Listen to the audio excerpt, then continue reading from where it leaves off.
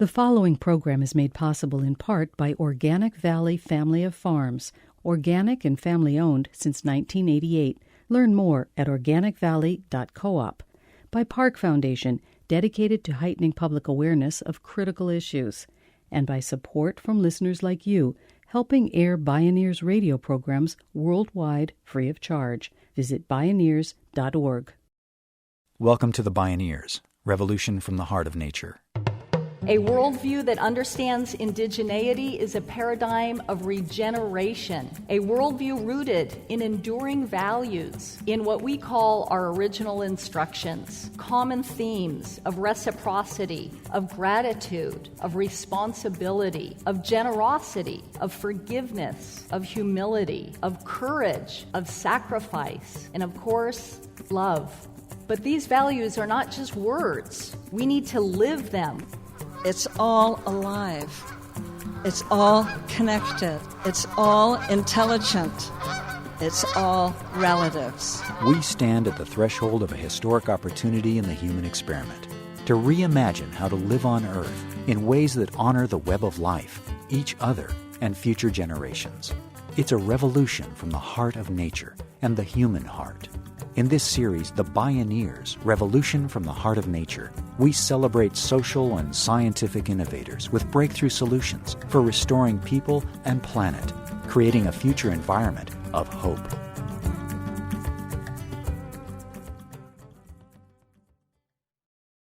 We're all indigenous to planet Earth, but we haven't been acting that way. After all, what kind of species, especially one considering itself so highly intelligent, would trash its own home? Indigenous peoples are the world's old-growth cultures.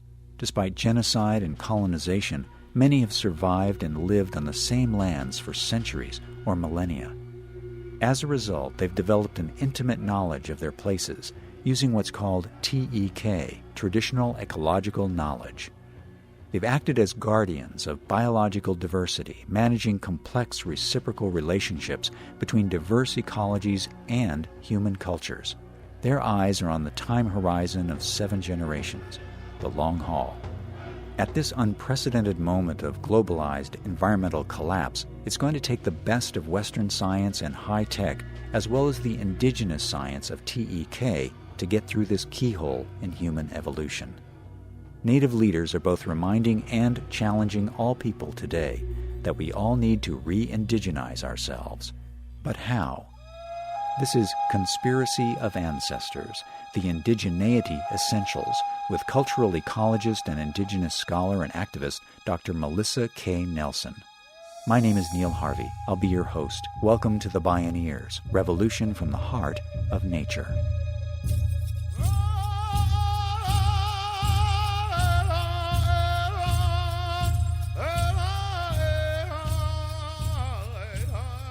I stand before you as a mixed-race person. I am Ojibwe, also known as Anishinaabe and Chippewa.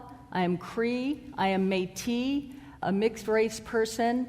And so I stand with you with those ancestors in my being. I am also Norwegian, and I'm also French. So I stand in front of you with those ancestors in my being. So I'm Native American and Euro-American. And a lot of my work has been really dedicated to reconciling the differences between these worldviews and these ways of living. So within my being, I have the colonizer and the colonized. Indigenous scholar, activist, writer, and media maker Melissa K. Nelson is a professor of American Indian Studies at San Francisco State University. Since 1993, she's led the Cultural Conservancy, a Native American nonprofit dedicated to the preservation and revitalization of indigenous cultures and their ancestral lands. Melissa Nelson spoke at a recent Bioneers conference. I want to tell you a little bit about someone who's really important to Ojibwe people. His name is Nana Buju. He's our trickster character. He is an edge walker. He is both sacred and profane. He is foolish and wise.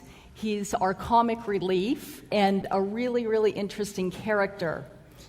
One of his names is He Who Walks the Shoreline. he who walks the shoreline forever. So for us, he is a reminder that as Anishinaabe people and perhaps other people, we are always balancing between solid earth and a liquid medium. We're always between stability and insecurity. We are both rooted and flowing.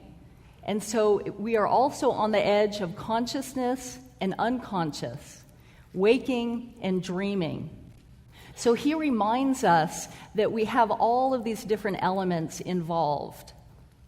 And as an edge walker, as a tide walker, I think it's very important that we have a healthy respect for those things that are unknown and perhaps unknowable.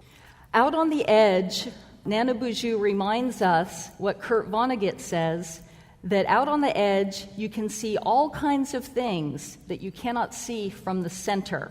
And Native peoples who have often been marginalized remember and know this. Looking at a map of Ojibwe territory, it's no wonder Nana Boozhoo might walk the shoreline forever. This large swath of the north-central United States and southern Canada includes the 5 Great Lakes and the state of Minnesota, land of 10,000 lakes.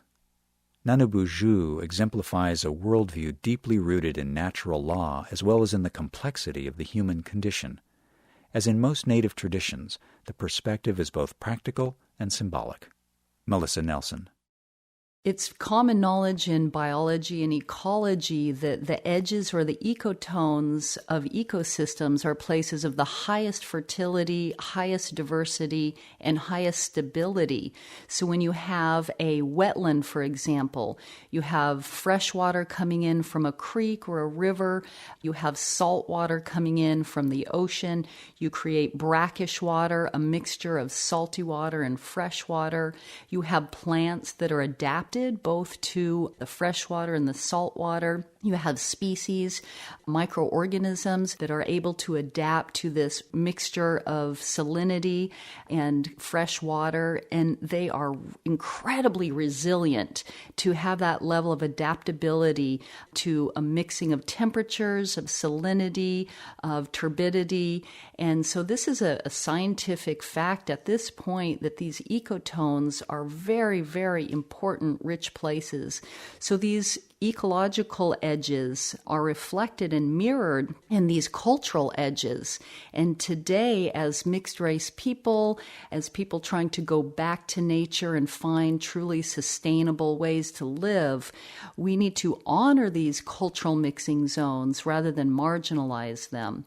And just as in ecology, we're finding that these ecological mixing zones are very valuable and extremely important, possibly for the evolution of our future. Edges, stability and insecurity, rooted and flowing, conscious and unconscious, awake and dreaming, knowing and unknowable. In the introduction to the 2008 anthology book she edited called Original Instructions, Indigenous Teachings for a Sustainable Future, Melissa Nelson observes that indigenous peoples occupy edges that hold critically important wisdom for today's world. These knowledge systems are both ecological and cultural, literal and metaphoric. So we all come from cultural mixing zones. I'm a mixture of Native and European heritage, as many people are, and our blood ultimately is a form of water. Our bodies are 70% water, the earth is 70% water. We all come from genetic lines, bloodlines, that is really, to me, personified in water. So we all come from watersheds. We're raised in watersheds. We live in watersheds, whether we're aware of them or not. Our ancestors come from particular watersheds. And so their beings and their blood are a reflection of those watersheds. And so our ancestors literally travel through water. And whatever waters that become us become our future generations. So for me, water is a literal substance that ties us to our ancestors and ties us to future generations. And it's a metaphoric substance of the spirits of our ancestors and the spirits of our future generations. So it's an important question for me to continue to ask myself and to ask others, from whose waters do we descend from? Because we literally will know more about who we really are. And just as our DNA is the spiral helix of flowing together, water too is like this spiral of different bloodlines flowing together that create our identity and that create our bodies. And as we drink the water from our local creek, from our tap, that becomes part of who we are as well and will become our future generations. And so to me, water is one of the most essential substances, and all Native peoples will say that water is so core, and we need to do so much more to clean up our waters, restore our waters, and to pray for our waters, because it reveals great wisdom and knowledge. And Emil Wolfgram, an amazing Tongan elder who lives in Hawaii, a storyteller, knowledge keeper of the canoe traditions, he often asks me, as an elder asks a younger person, are your actions worthy of the conspiracy of your ancestors?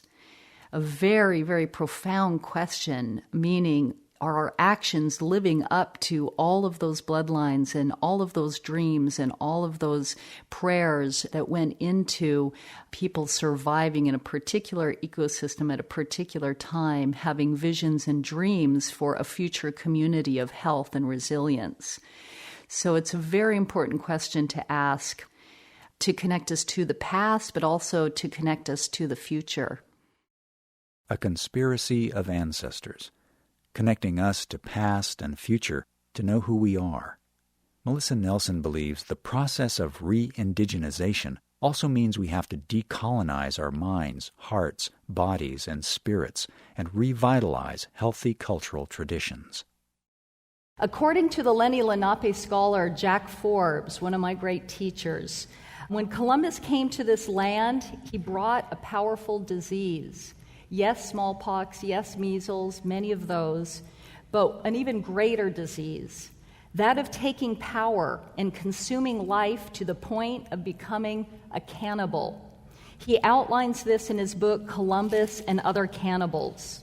Using a traditional warning story from his own oral literature, he named this the Wetiko psychosis, after the cannibal monster that thoughtlessly, greedily, and destructively eats up other life forms. Those who are infected do not see life in undivided wholeness, but see life as fragments, cannibalizing relatives to try to satisfy an insatiable appetite. We must learn how to re-indigenize ourselves and revitalize a worldview that, as Winona LaDuke says, is not based on conquest. A worldview that understands indigeneity is a paradigm of regeneration.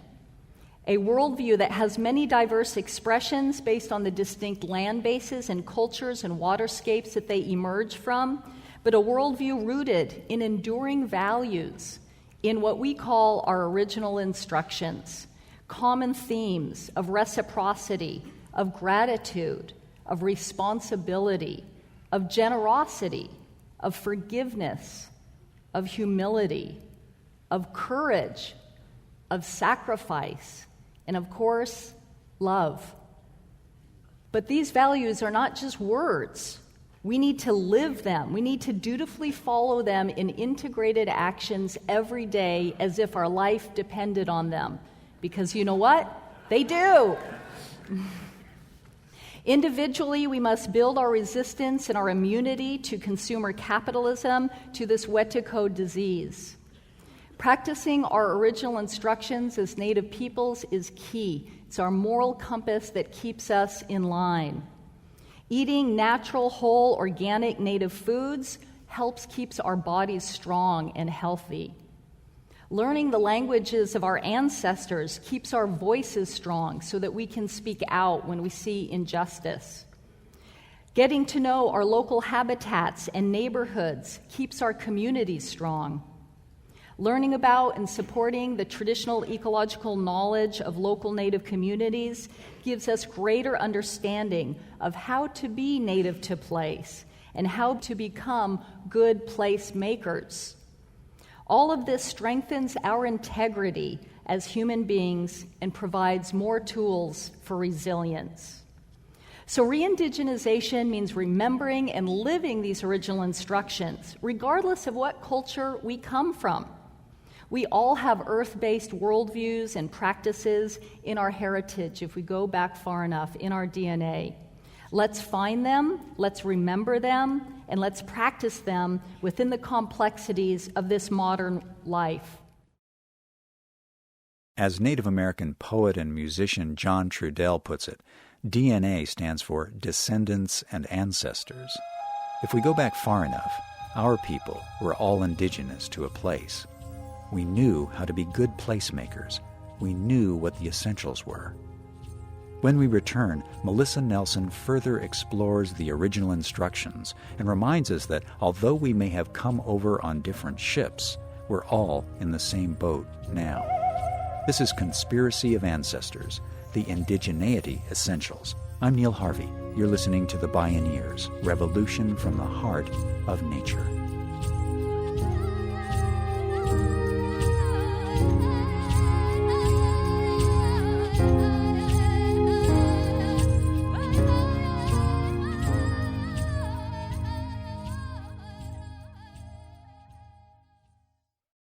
Bioneers, Revolution from the Heart of Nature is made possible in part by John Masters Organics. Feel good about looking good. Learn more at johnmasters.com. Free distribution of this program is made possible in part by support from listeners like you. To explore more Bioneers radio shows and conference videos for free, visit bioneers.org. Worldviews create worlds. Professor Melissa K. Nelson, who also produced the award-winning film The Salt Song Trail and co-produces the Indigenous Forum at the annual Bioneers Conference, suggests that an indigenous worldview reveals a sacred geography where all life is revered and animated by spirit. And there's no separation between the mundane and the spiritual, where all life is related in kinship. Part of revitalizing indigeneity is having daily practices that remind us of the sacredness of life. And again, this is embedded in our original instructions. Simple practices like every morning greeting the sun and thanking the sun for its warmth and its beauty and its light and for giving us food and forests and vision. I lived in the Southwest for a little while and I was so impressed and I felt so deeply heartened and nourished by the traditions of the Pueblos and the Navajo, who often run towards the sun in the morning as a practice of waking up your body and acknowledging the brilliance of the sun and how it feeds the earth. Simple practices like that. And then when we have food, honoring and really thanking, where did this food come from?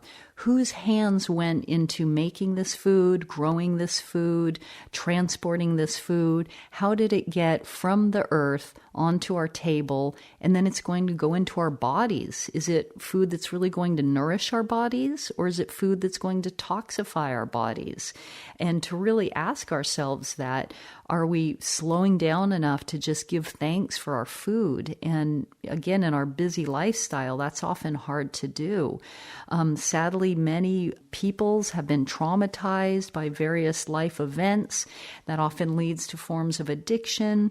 That often leads to not paying attention to the most simple, basic things like food, water, shelter, the sun. And those are the things we really only need. So revitalizing indigeneity is getting back to basics, getting back to the essentials of what we really need to live. We don't need iPods to live. We don't need televisions to live. We don't need cars to live. We don't need six-figure bank accounts to live. We need clean water, clean food, good shelter, good clothing, and most significantly, we need community and family and people to help keep us on our course and to keep us humble and to teach us things and to share resources. The indigenous essentials may seem quaint in today's complex modern world, yet they remind us of the enduring human and ecological truths that are more urgently needed than ever, both practical and metaphoric. Melissa Nelson is especially excited by the renaissance in the nearly lost art of canoe building, particularly among Native youth.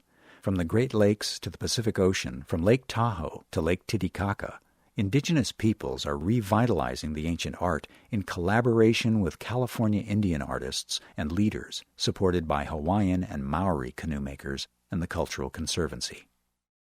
Indigenous watercraft is incredibly important historically and was a major form of transportation, had functional value, also had great metaphoric value in terms of traveling the rivers of life on this life vessel, on this lifeboat. And many of the canoes also are symbols of kind of like a little cosmology. They're like microcosms of the universe. They're maps. So many canoes are mapped out like the universe or mapped out like someone's sacred territory as a microcosm. The North Coast tribes, the Yurakupa, also map it out like a human body. A canoe has a heart, it has a head, it has kidneys, it has feet, it has arms, and it is personified as a living being. Nelson says that canoe culture has captured the imagination of indigenous peoples worldwide and spurred a massive revitalization of the rich spectrum of knowledge about the art.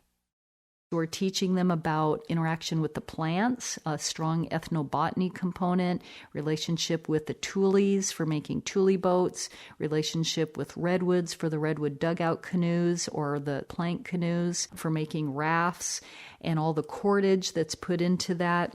So there's a very strong component about plants. It's really like an ethnobotany of plants when you study canoes.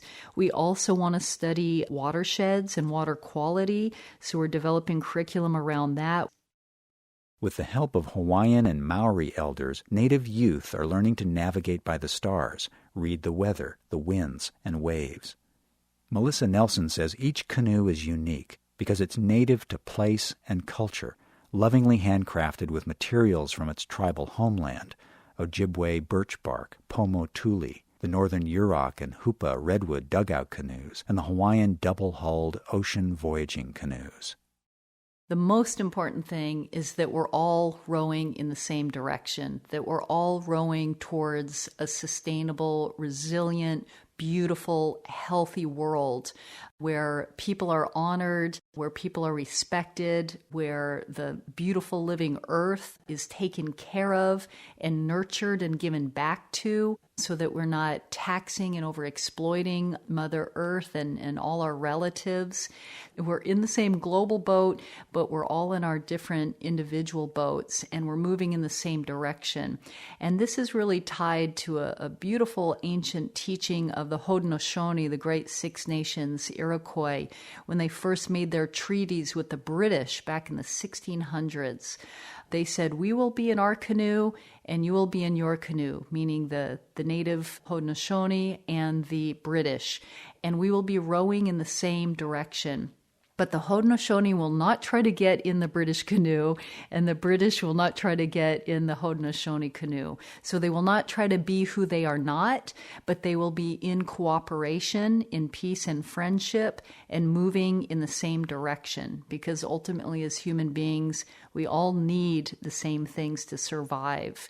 And that is the direction we want to move in a more sustainable way. Melissa Nelson sees the world coming together as perhaps never before, with renewed respect for the value of indigenous knowledge and wisdom. There is a wave of change happening in the world today. There's never before been more mainstream receptivity to understanding the beauty and the wisdom of indigenous peoples, particularly our traditional ecological knowledge and our native sciences. Finally, you have major universities, science organizations, the National Science Foundation, for example, the American Meteorological Society, the Society for Ecological Restoration. Many of these major scientific communities and groups are recognizing that Native peoples do have a science. They do have ecological knowledge that is very important and will fill in the gap of Western scientific understanding. As Western science and indigenous science converge, the whole becomes greater than the sum of the parts, and there's no time to lose. The future is very uncertain, but what we do know is that we are walking a very thin line right now with very limited choices. We either continue our current destructive course, or we link together and strengthen our science with traditional ecological knowledge and our original instructions. Whatever the outcome, it is our duty and our privilege to work together to honor the mystery that life is presenting to us now with as much reverence, reciprocity, creativity, and compassion as possible. The red earth is singing. Our learning spirits are calling us to new knowledge. It's calling us right now, all of us, to understand a new way of living together. And it is the moment for building our capacity to work together as relatives in order that this world we love can gently give way to one even more beautiful. Thank you so much for listening to me. Chi-miigwech, chi-miigwech. Melissa Nelson. Conspiracy of Ancestors. The Indigeneity Essentials.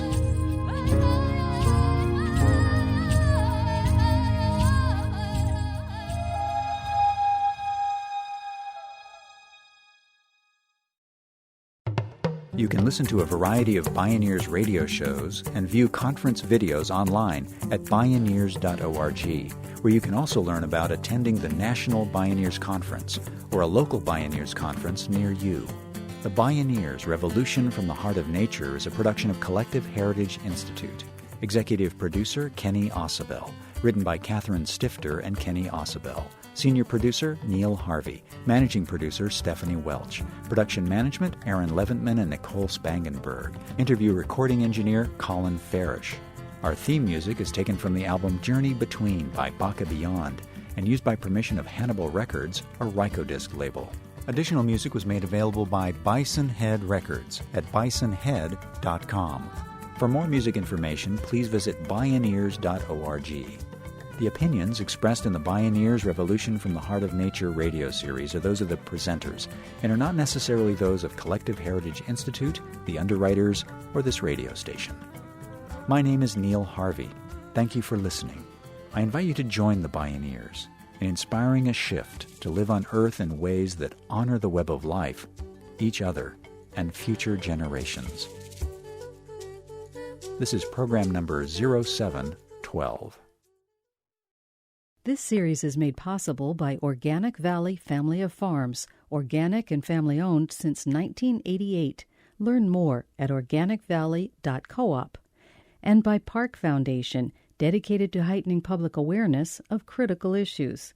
For more information, visit www.bioneers.org or call 1-877-BIONEER.